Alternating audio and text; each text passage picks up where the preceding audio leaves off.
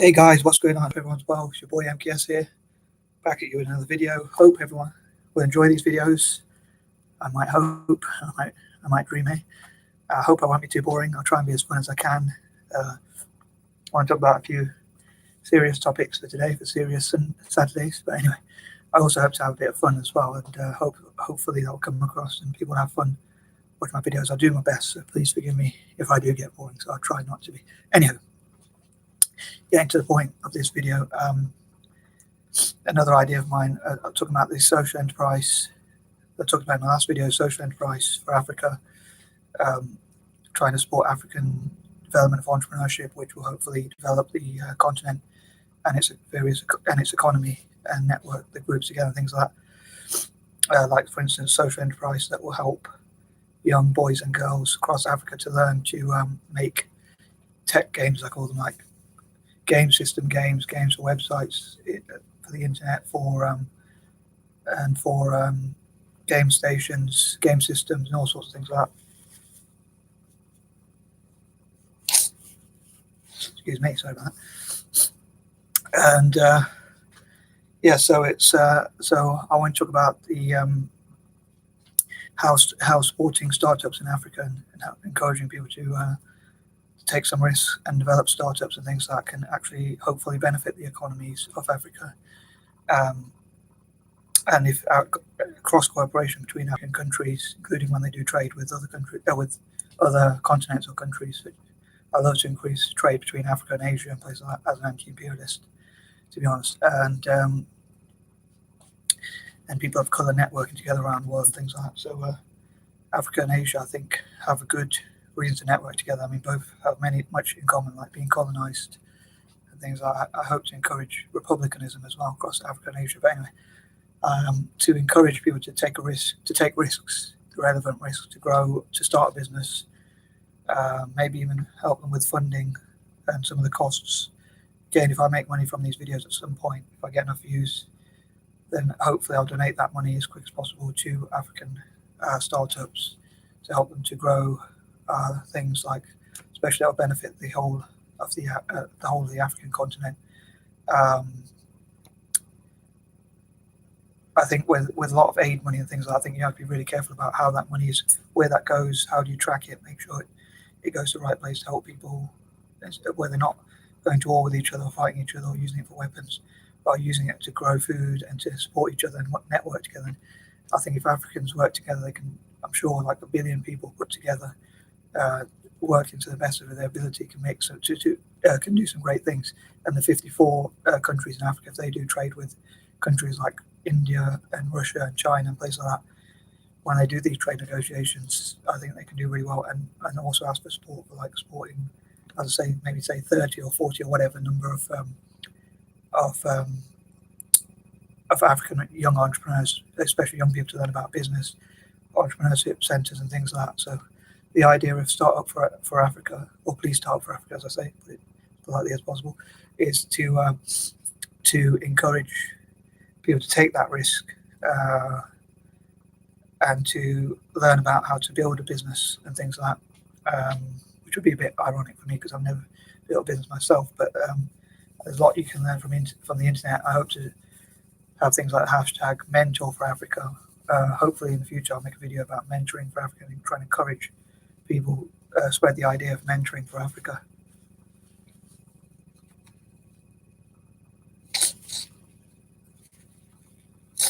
I'll wait for the summer, guys. Then hopefully I think part of my problems are like dust allergies, because I've got hoarding problems and I keep a lot of things, especially paperwork that I try and write on. But anyway, I want to talk about my embarrassing hoarding issues in the future. Anyway, sorry. The idea of this video is to talk about how Africans setting up their own businesses and working together, maybe the diaspora and people of colour supporting countries like South Africa and Central Africa. If Central Africa can make peace and work together in business, in spite of tribal or religious differences or other such differences, if they can all network together and come together, and the fact they were colonised and how the rest of the world sees them, and to show what what they can do and what they can achieve, and also hopefully change perceptions of Africa as a continent and each country obviously in Africa. But anyway, yeah, sorry. So I'd love to hear what people think about this idea and to spread this idea with people from Africa. And also,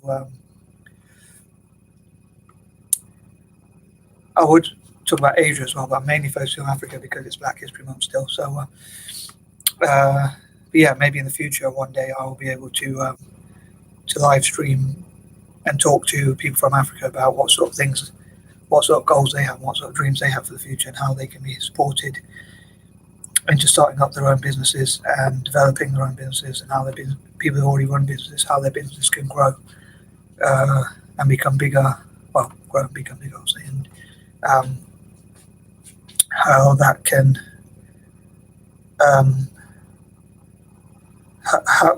what sort of things they would like, what sort of funding they would like, how they see their vision of the next 5 or 10 years, or what sort of things could help them to grow, things like that. And asking those sort of big questions about how they, and maybe having mentors that can be encouraged to support African businesses and look at ways they can get funding. Maybe instead of international aid, they should be like individuals could choose to put their individual tax money to Africa as tax losses or things like that, and there could be tax incentives to invest in African startups, which are pivotal to supporting the continent and how it can grow and things like that. And like I say, when they trade with different countries, if the 54 countries in Africa and the 1 billion or so people from Africa work together, then I think they can come up with better deals and ensure, like, say if Russia wants to have African resources or political support or other things, that in turn they ask for Russia to support young African people to learn about software development and starting up their own businesses and making innovation hubs for enterprise software development and things like that, which I think, as I say, could help the economy in Africa, which hopefully will support a lot of, that will filter through, I hope, to support the poor in Africa as well. And social enterprise could look at how they could support the poor, and I think it'd be great if Central Africa had peace and work together, and they could be a hub for the whole of Africa. Because it's central, it could be symbolically a hub for the whole of Africa to come together in all sorts of projects and host as many events as they can, and maybe the rest of Africa can help them with their security, and maybe people from Central Africa can work together, the government can encourage them to work together to invite different countries from across the continent to go into Central Africa for these Pan-African events, talking about how to build African software developers, programmers, coders, app designers, and whatever. And also, like Egypt could be a portal between Africa and Asia, because apparently it's Afro-Asian, it's partly between Africa and Asia.